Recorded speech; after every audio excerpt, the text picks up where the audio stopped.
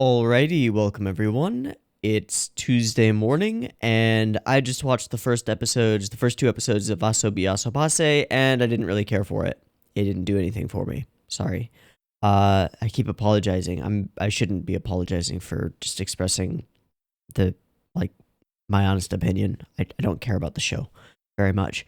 So I'm gonna watch the things that were coming close after it on the poll. Which were Sayonara Zetsubo Sensei and Lucky Star, which are within 2 votes. I'm going to start with Lucky Star, partly because I think in terms of setup and stuff, it's the most similar to Asobi Asobase in general. If I'm not mistaken, Lucky Star is a KyoAni work coming fairly shortly after. I should probably look up. Okay, I'm going to look up stuff before I get into this. Let me do that. Kyoto Animation.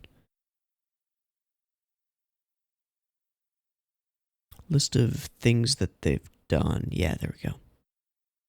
So Haruhi was 2006. Lucky Star was the year after in 2007. Yamamoto directing, I believe.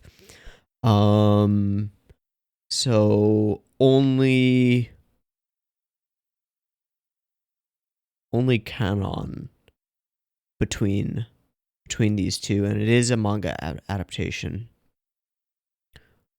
Okay. So this came before K-On! By 2 years, before Clannad or After Story by a season, or 2 seasons. 2 seasons. And predates K-On! And Nichijou by a number of years. Okay. What I know about this show. Okay, sorry. The first 4 episodes are by Yutaka Yamamoto, and the remaining entirety of it is by Yasuhiro Takimoto, who also directed Full Metal Panic Fumofu, which is one of my favorite comedy series, and The Second Raid, which is probably the best installment of Full Metal Panic, which, if you don't know, I'm a fan of, specifically because of Fumofu and Second Raid. You can see there are some Full Metal Panic characters right there. Okay, interesting. What else have these 2 directors done? So the first director is Yamamoto, and he got removed from the project or left for whatever reason. Okay, so he did episode directing on Fumofu and some storyboarding.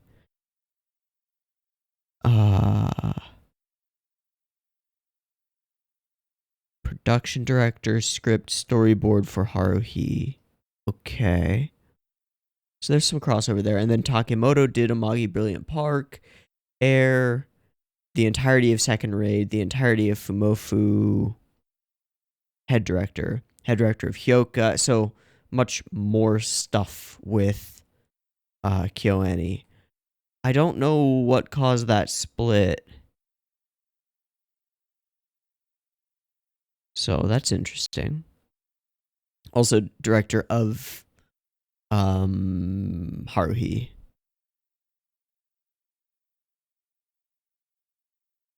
No Soshitsu. The movie. Oh. But the show only did episode directing.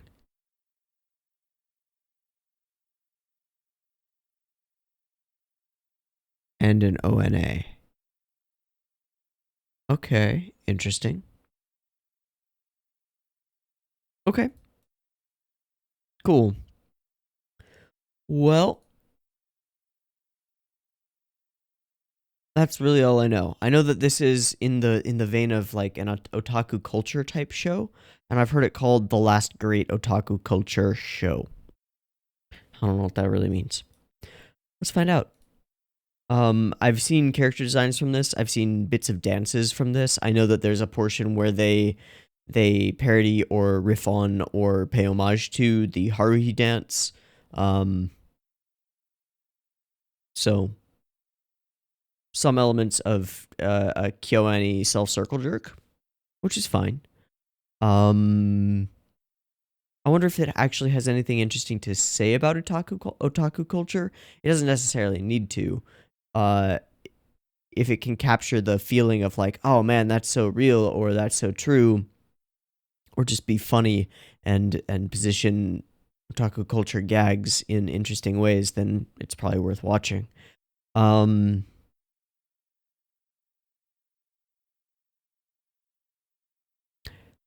I know that this was considered a rather influential show. So in the same way that someone who started watching anime in the last 10 years or so might go back to Haruhi and say, "Wow, I've seen a lot of this before," because the influence has spread from there. I think that this is considered an influential point in anime history, especially those shows that try to address otaku culture. I don't know much beyond that. Let's get into episode 1. I've got it up and ready to go. It's at 0 seconds. There will be multiple versions of this reaction video, picture-in-picture version with the video up there. You can find in the description. Timer-based version on YouTube with discussion at the end and a beep beep timer at the beginning, and that beep beep timer will go right here.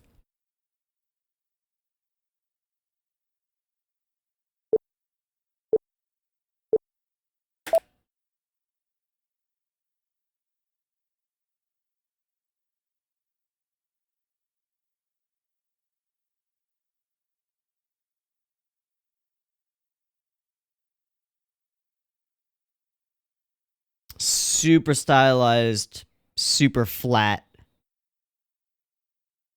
cute. Well, I've seen that.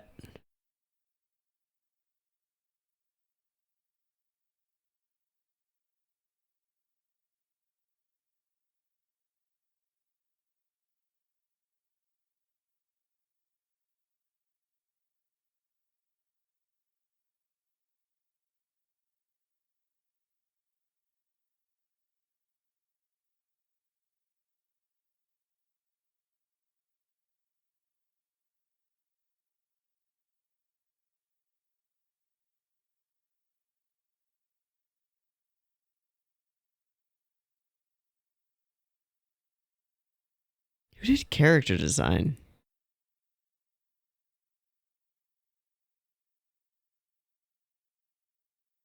Whoa, there's a lot of staff listed.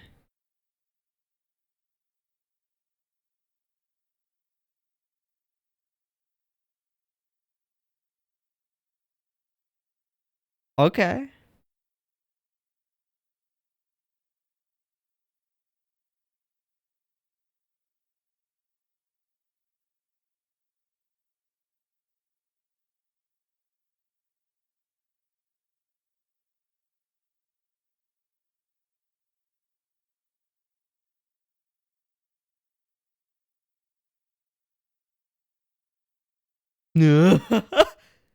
Okay.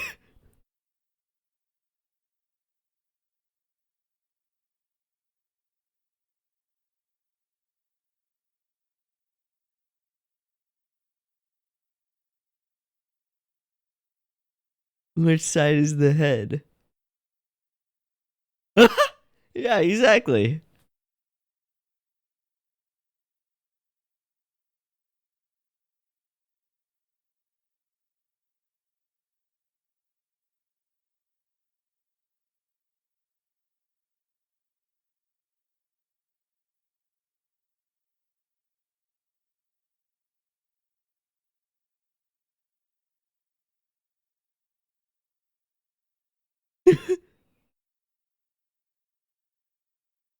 Uh,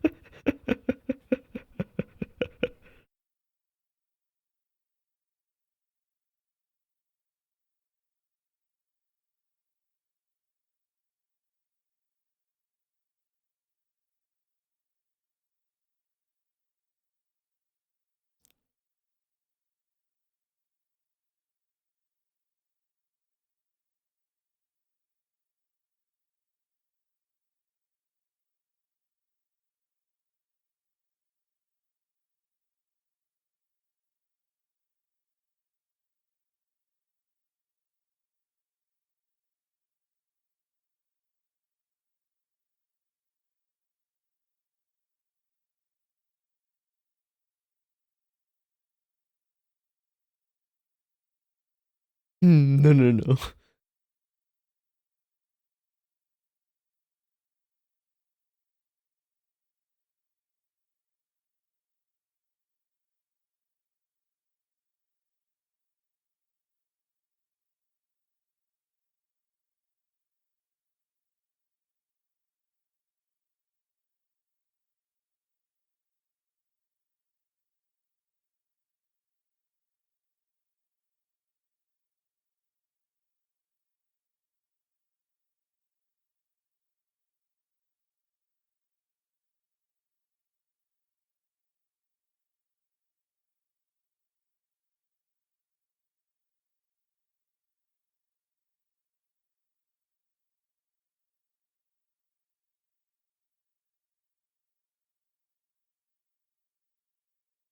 Mm.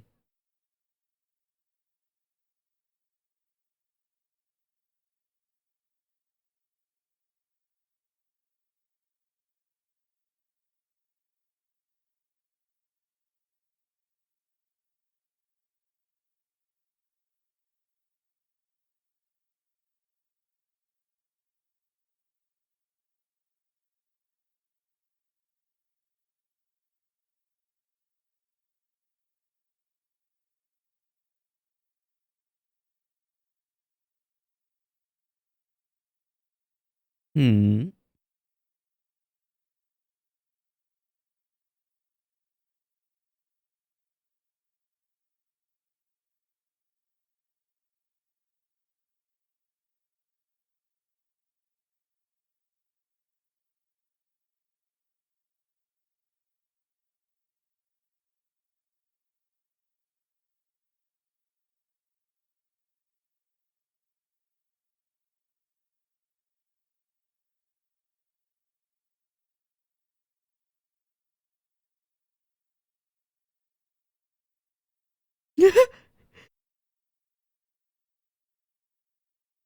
No.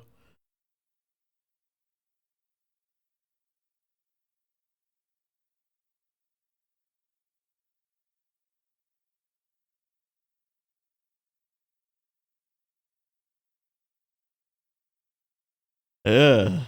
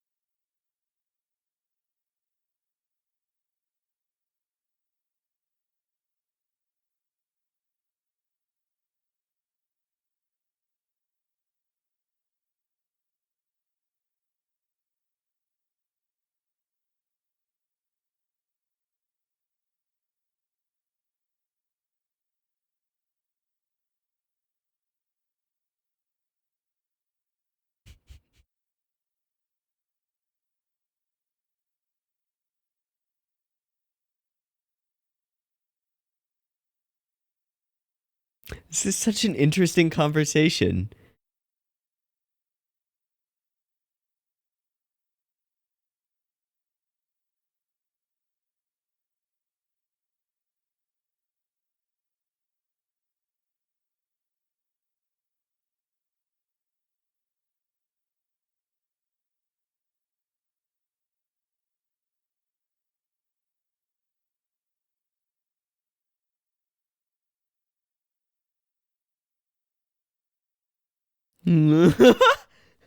Fuck, I know that character.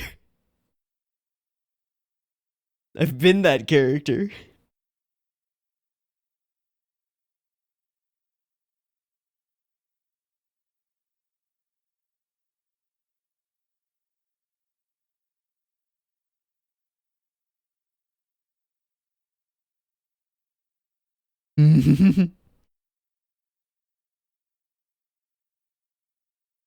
Hmm.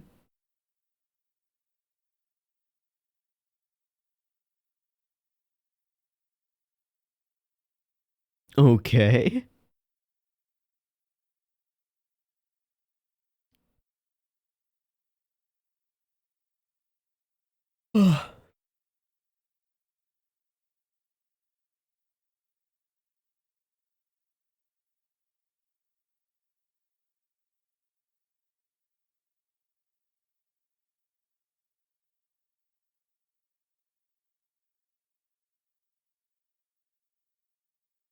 Yeah.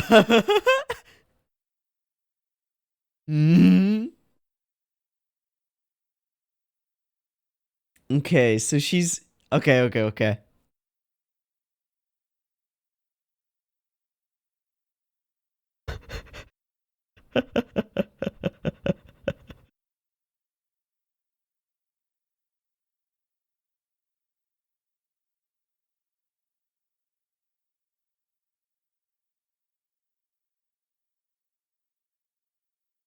Okay.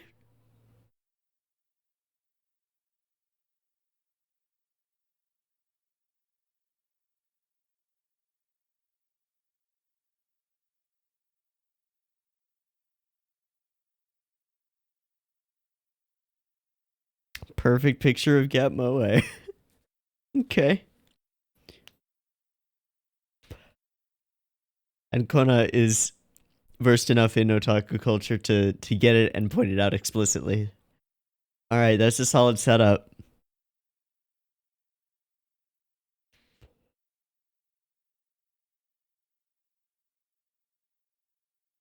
Yes.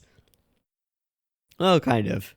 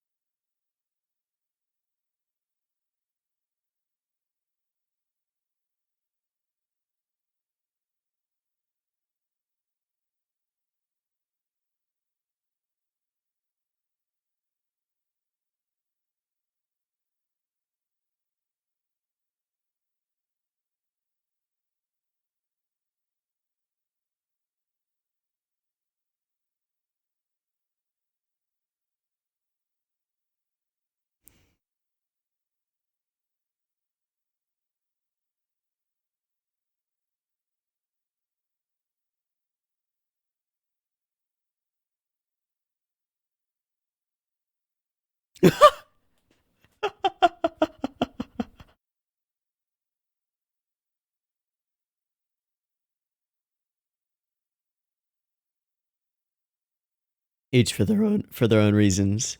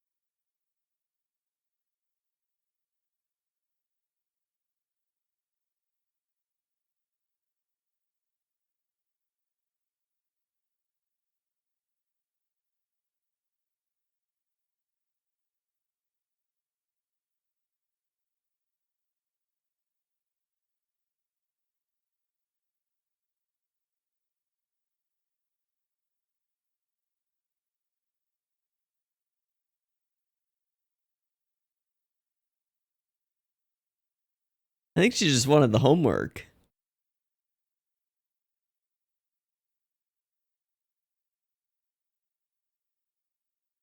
Something like that.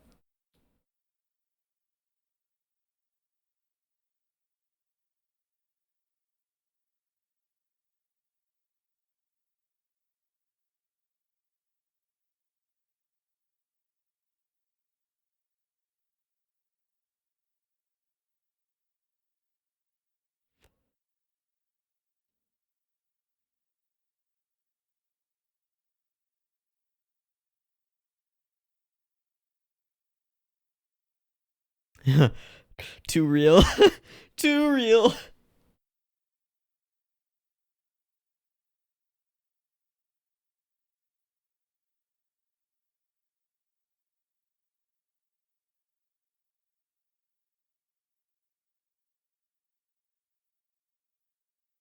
Yeah, that's a little much though.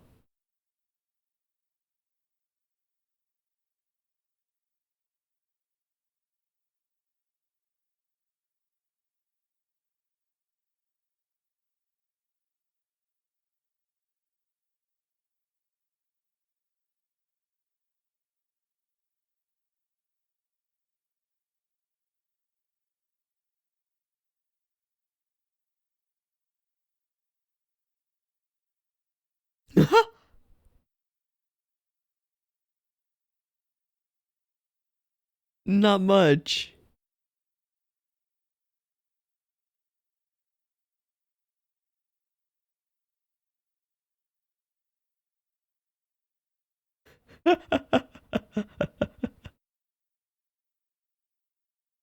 Oh, okay.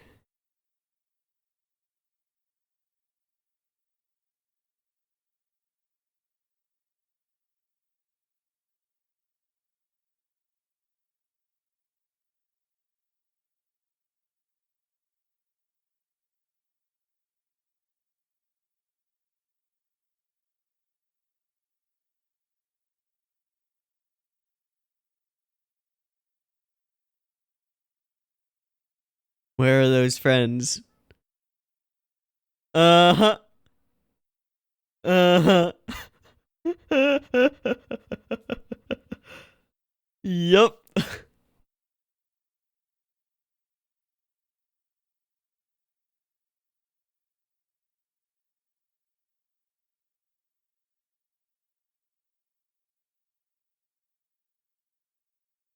Ooh.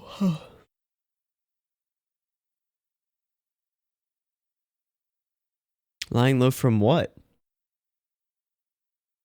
He became a hikikomori inside the game?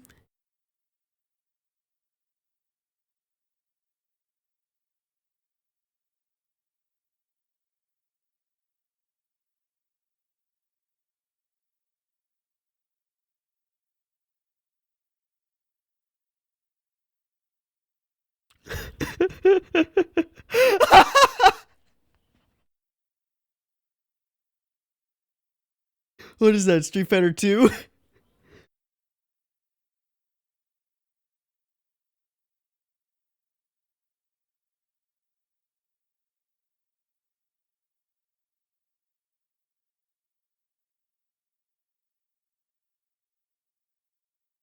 Mm.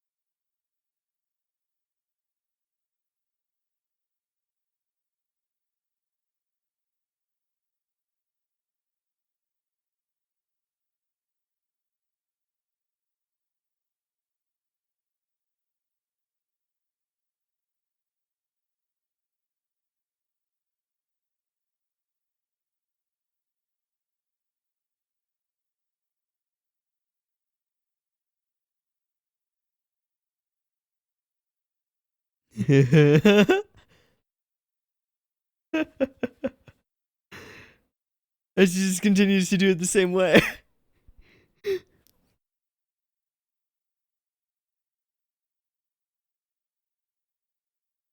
What happened to that?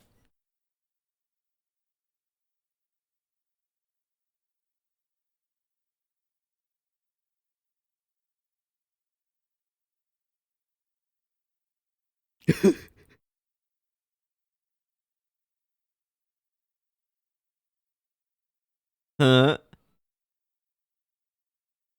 Huh?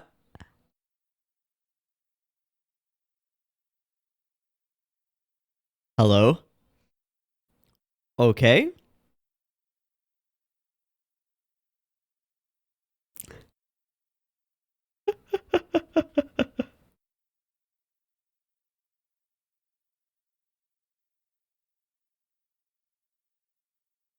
Uh,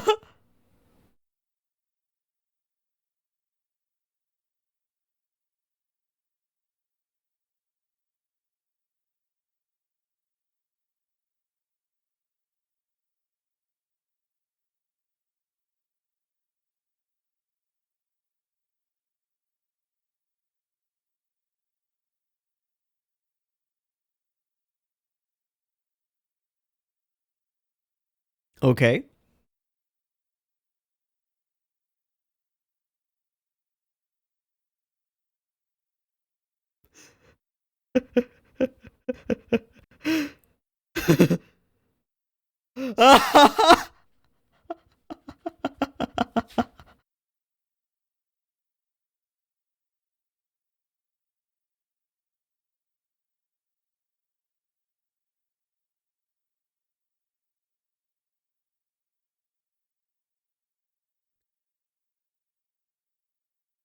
Oh fuck.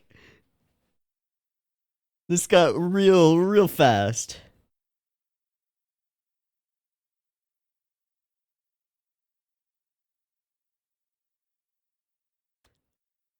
There goes your character.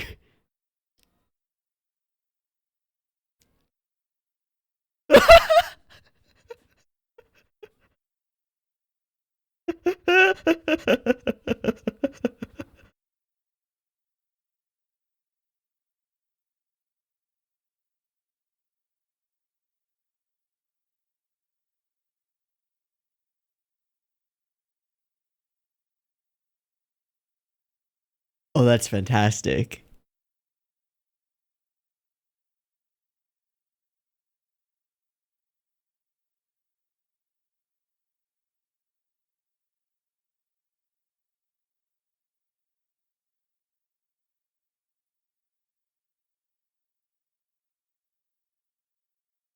Is this going to serve as a framing device for the ED?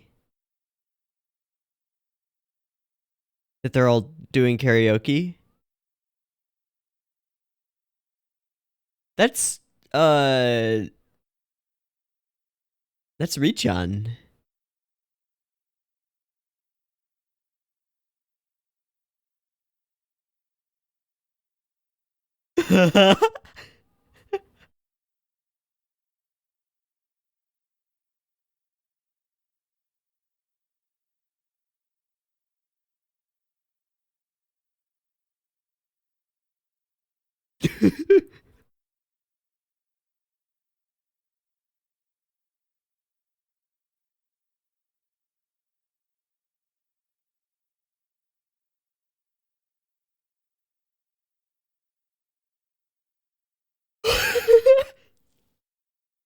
It's terrible. I love it.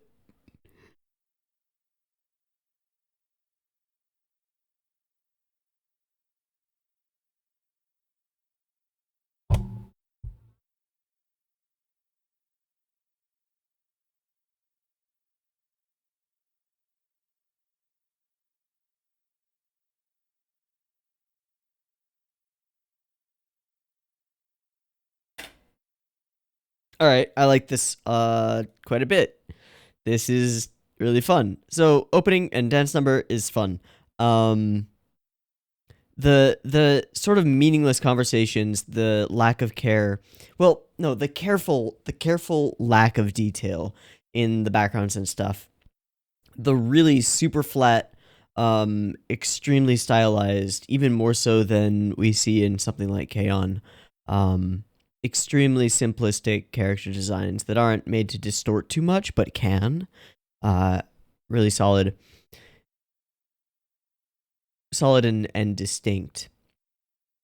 Um, the first setup of Konata as a character, having her like be fast but not want to be in any clubs, because it'll take away time from her anime watching, is, I think I would guess, a self callback to Haruhi being the super athletic girl who everybody looks up to, who doesn't care because she wants to find espers and aliens and stuff. But in this case, it serves as a really straightforward introduction to an otaku girl character whose conversations end up being really pedantic and dumb. Like this repeated conversation about the side of a cornetto is kind of ridiculous and nonsensical. But what's really interesting is like she continues to do the thing that isn't working. And then after having the conversation and being offered this other alternative way of doing it, like, well, why don't you just cut off the pointy end and then dip it in the extra chocolate? She then does not do that and continues to do exactly what she was doing before. And I think that's a little bit of a statement here, like about who this character is. She's curious, and they all are. She's curious about what the best way to do things is, but she's also very set in her ways and unwilling to change. And I think that's indicative of a certain type of person. And I know that I've been that person, and I know that I have met that person. And so that immediately is interesting to me. And then we've got this odd sort of quirk where this other girl loves mayonnaise on literally everything and way too much of it. And it's kind of disgusting, but you know, people have their preferences, and the other girls are sort of like, well, okay, I guess that's a thing that you do. And then this is where we start to see the sort of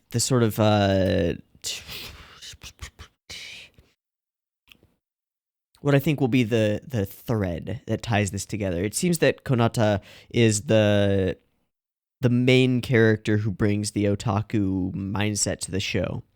So when she asks this character, who is beautiful, has a more full figure than the others, which I think is notable in the opening, and is essentially a picture of what's her name from Haruhi. Haruhi Suzumiya. Asahina. She's essentially Asahina. Moe, big boobs, glasses girl, but it's explicitly commented on. You're too good at school, and the ditzy stuff is just, they're just elements of essentially Gap Moe.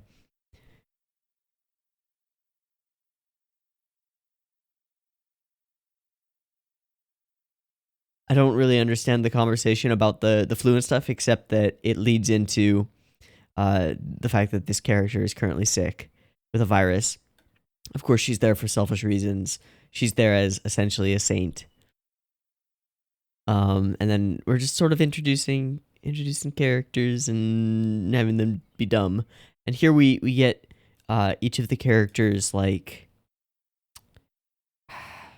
a little window into what bugs them. She's thinking about her weight and immediately thinks that the padded bra that she's wearing is potentially contributing to that. I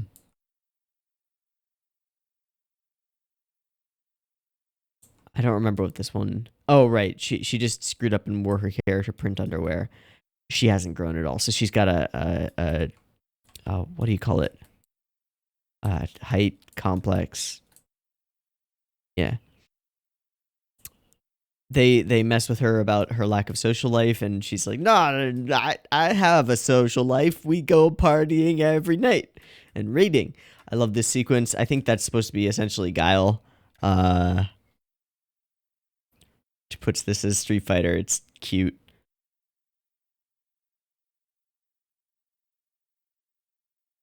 And then there's this Lucky Channel segment, which is immediately, to me, the most fun part of the show, because I think it's an intentional commentary on idol culture, but I think it works on both levels. It's funny in and of itself.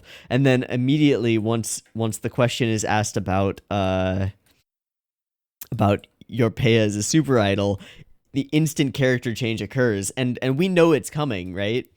Like we get this immediate cut to the reaction and silence, and then cut out to wide shot and silence, and then character breaks completely, and she becomes the jaded lady who's dealing with this shit, where this is just work, and then jumps straight back into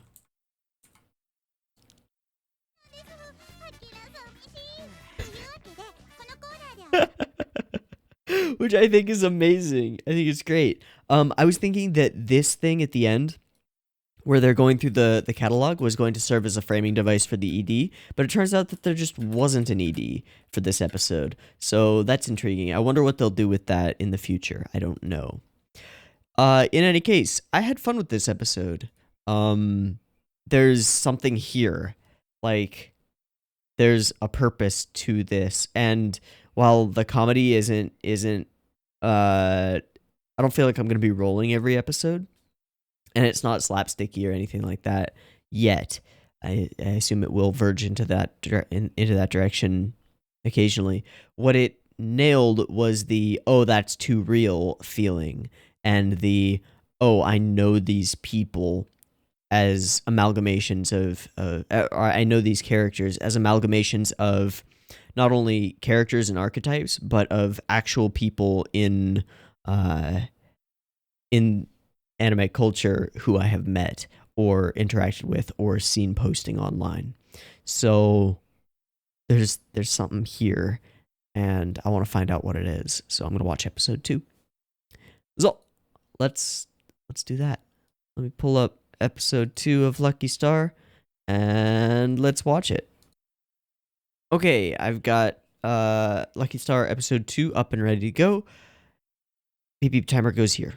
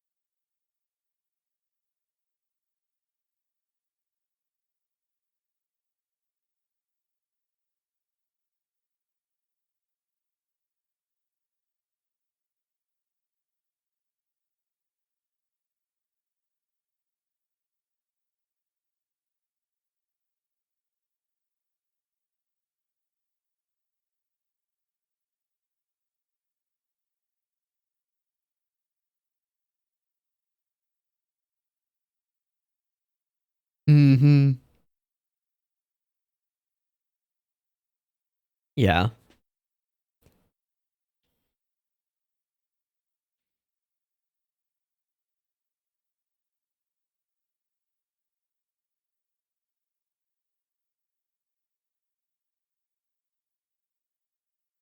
Okay. It's the difference between the sisters. All the stuffed animals, the bear bed. One gets up, the other one does not.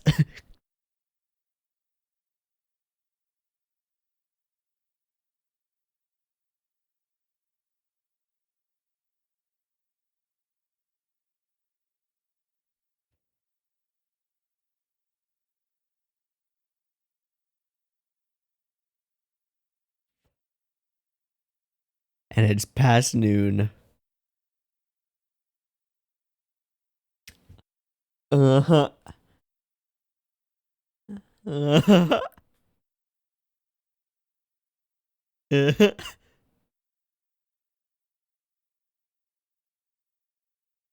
Wow, this is great. Same scene, two angles. Whoa, okay.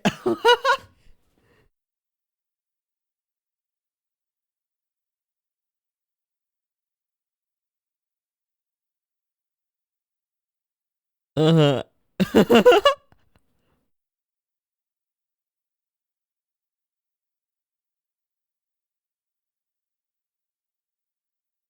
Whoa, whoa, whoa, whoa, whoa, whoa.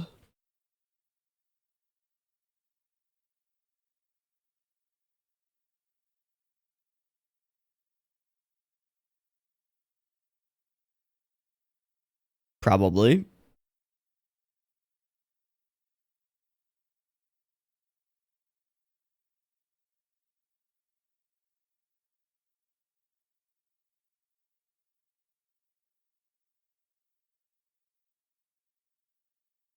Mm-hmm.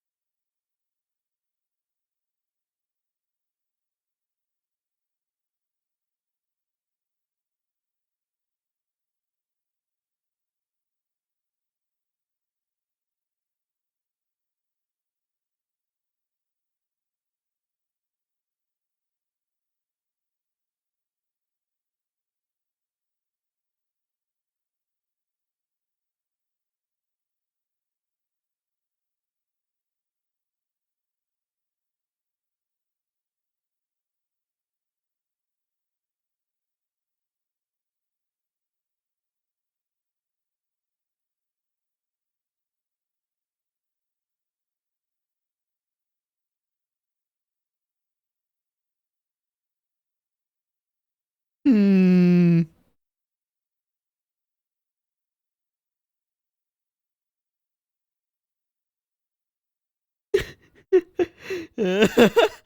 Yeah, I don't think you should be that proud of that. Sort of.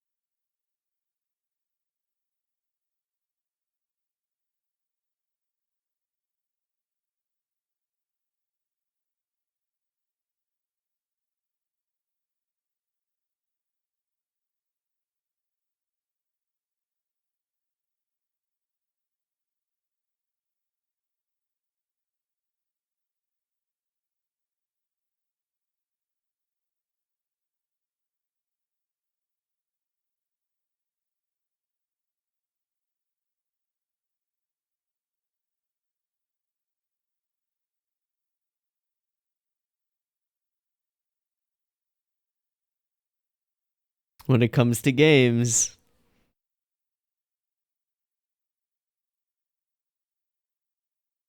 Games. Yep.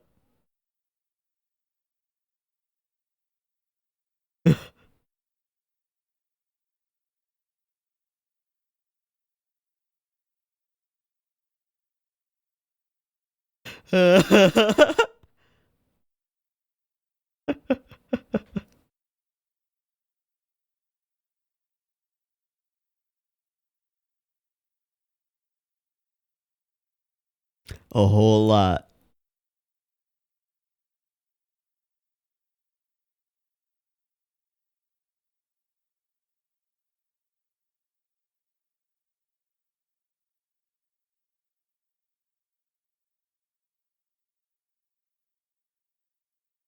Uh,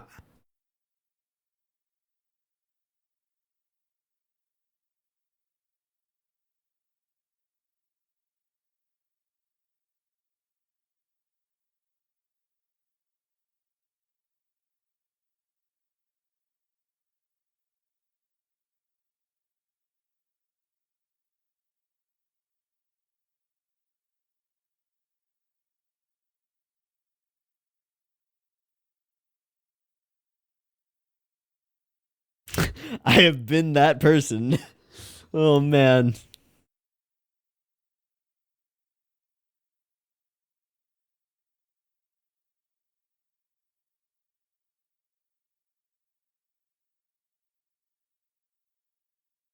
So will she do extraordinarily well or just like meh? Uh huh.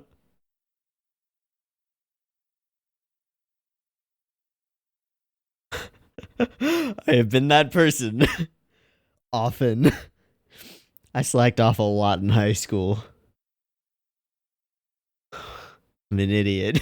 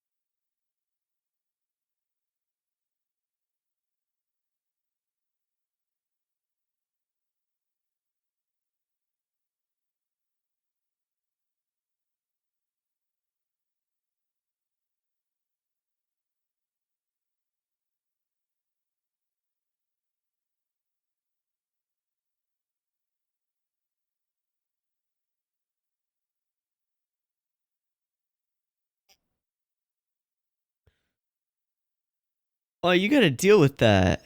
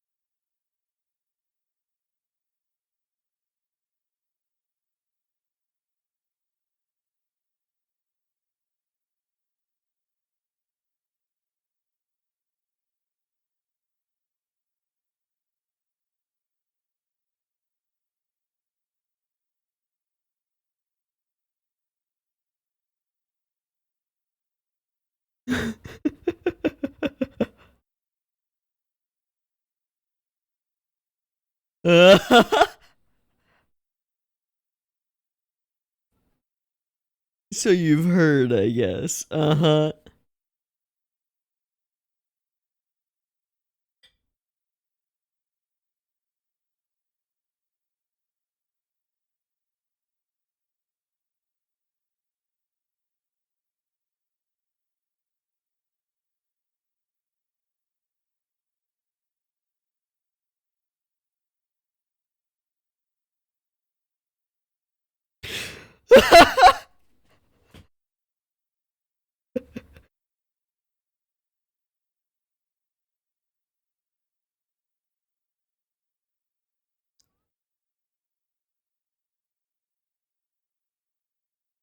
Mm-hmm. I hope we get a visualization.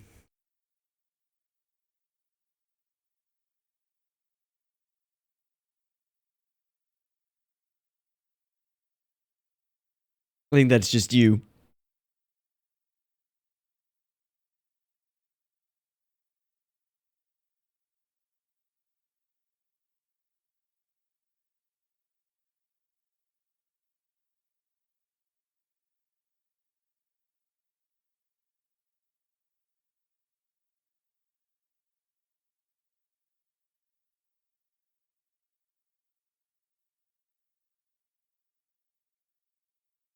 Oh, okay.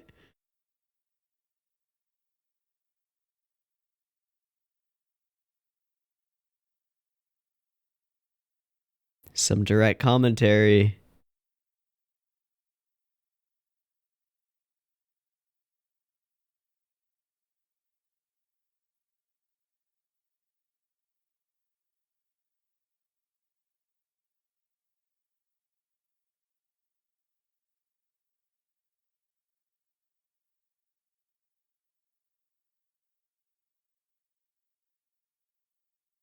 Big time.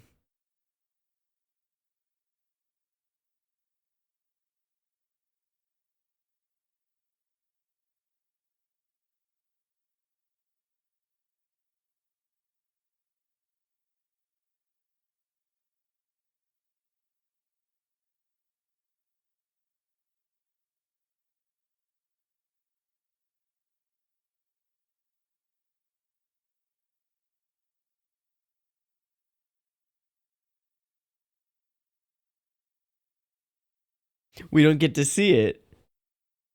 That's kind of great.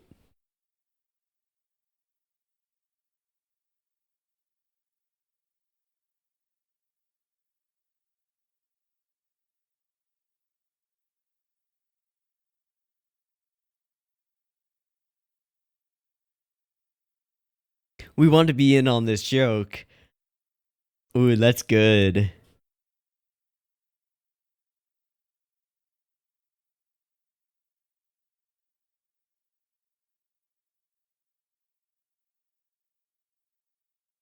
We just jump past it.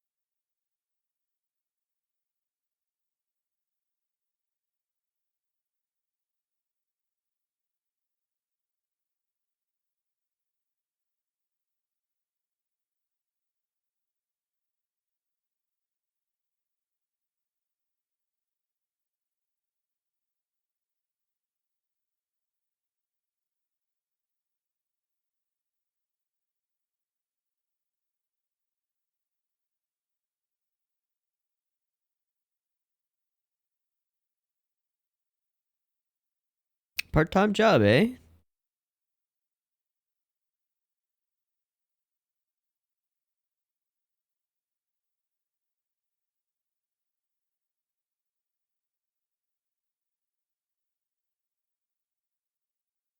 Where's she working though?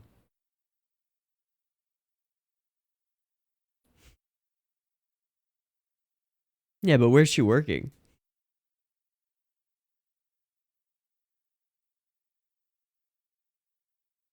Me too.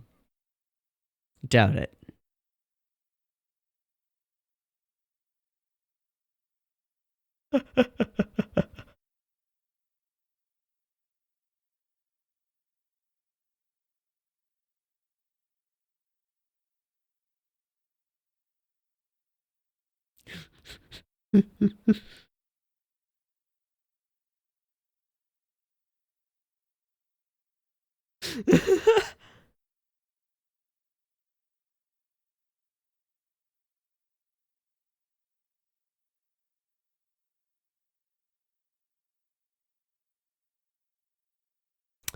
these are K on jokes. All right. A little bit.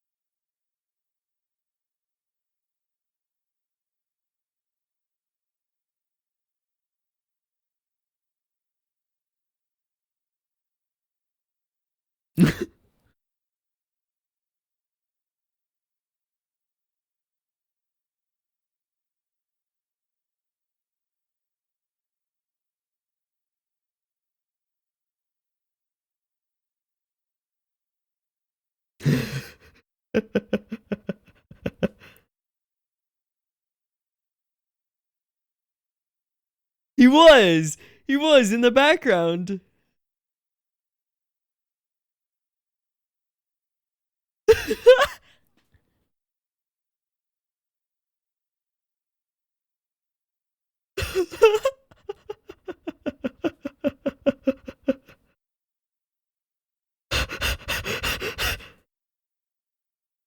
Wait, he actually had a line?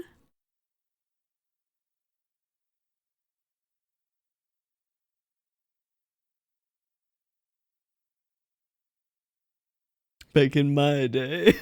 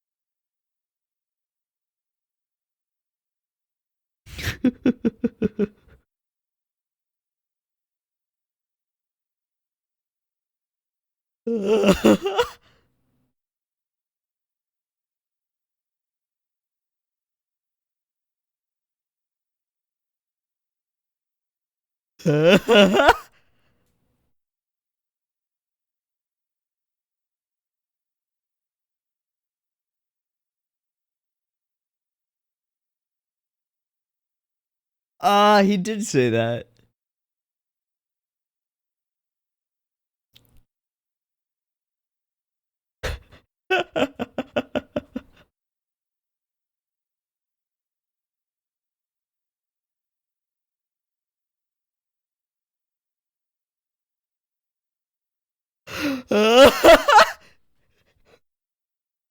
She's horrible. I love it.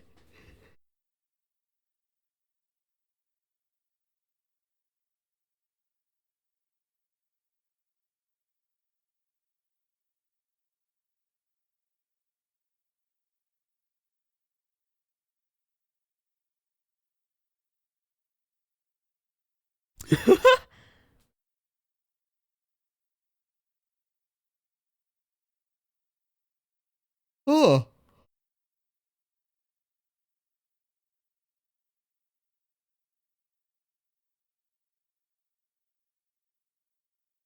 This is quite unique. Okay.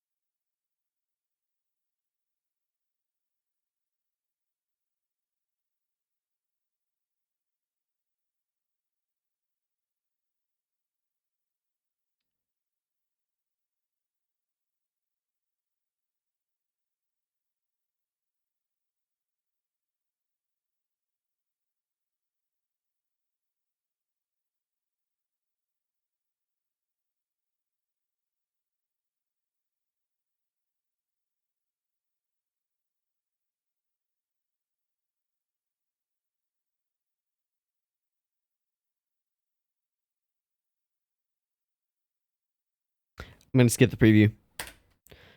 Okay. Again, the lucky channel portion was the standout.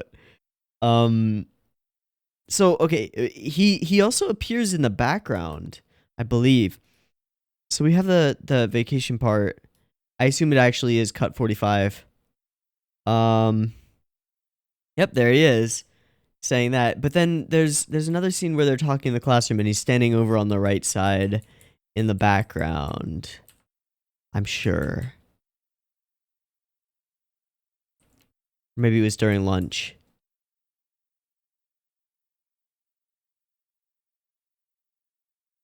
Maybe maybe it doesn't exist.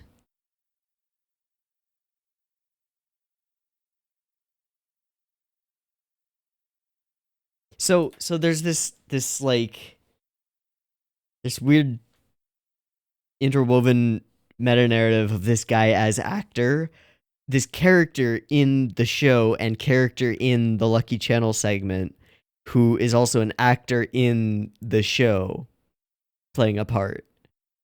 And she is the like overbearing,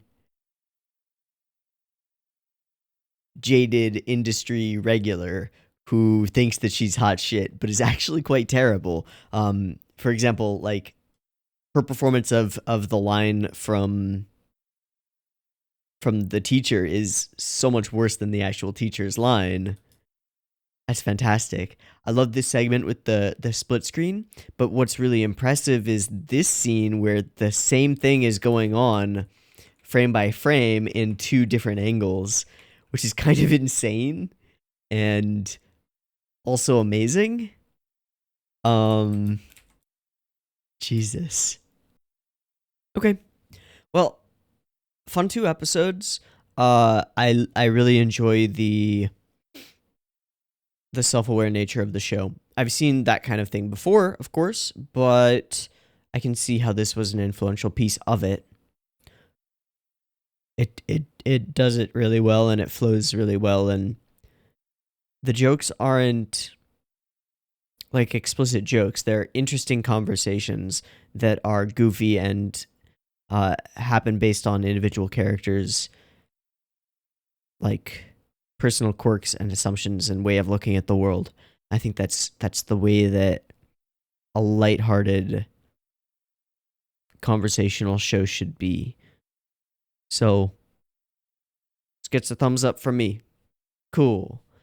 Gonna wrap it up. I've been TeeHee. This has been Lucky Star episodes 1 and 2. I hope you've enjoyed them, and I think I'll be watching more of this. Peace.